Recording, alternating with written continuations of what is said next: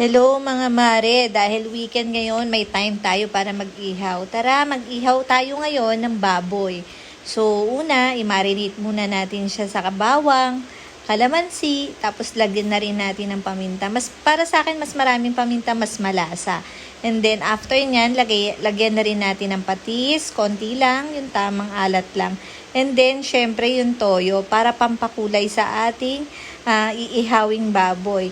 After nyan, tsaka na natin siya halu-haluin para mas mabalanse ang mga pinagsama-sama nating sangkap para mamarinate ang ating inihaw. So, for the meantime, habang nagpapabaga tayo ng ating uling, so itatabi muna natin itong binabad natin na baboy. So, para mas kumapit yung pampalasa na nilagay natin. So, ayan, nagpabaga na ako. And then, pag may baga na, pwede na nating ilagay itong mga iihawin nating baboy. So, ayusin lang natin, pantay-pantayin lang natin yung paglagay para pantay din siya pag naluto.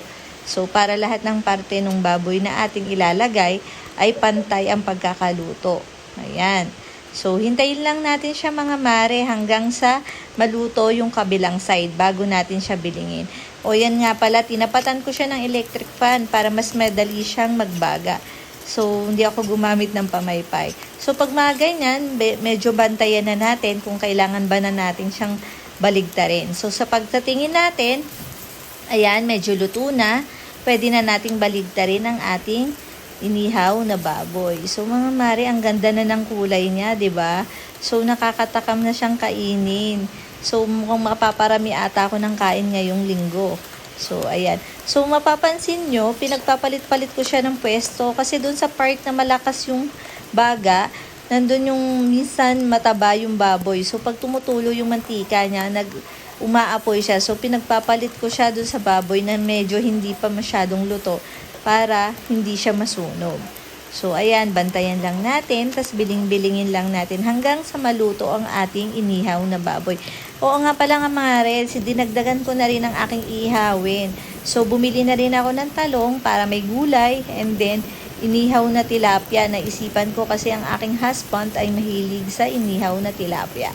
So, pinalamanan ko lang din pala yung tilapia ng konting kamatis, sibuyas, paminta, at asin. So, ayan na, no? So, ito na kasi yung last batch ng ating inihaw na baboy. So, may space na siya, kaya isinunod ko na ang talong.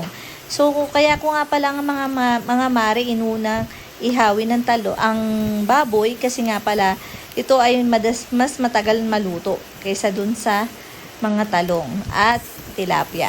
So, ayan na. Ito na yung huling inihaw ng ating baboy. So, isinalang ko na yung talong at isang piraso ng tilapia. So, ayan na.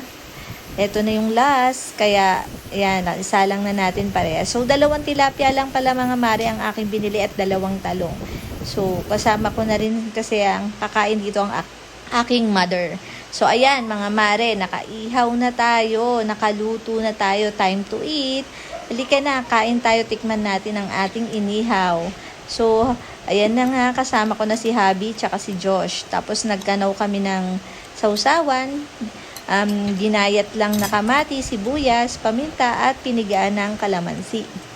So, ito na nga mga mare, tikman natin ang ating nilutong baboy. Malasa siya, ang sarap. Talagang mapaparami ako ng kain nito.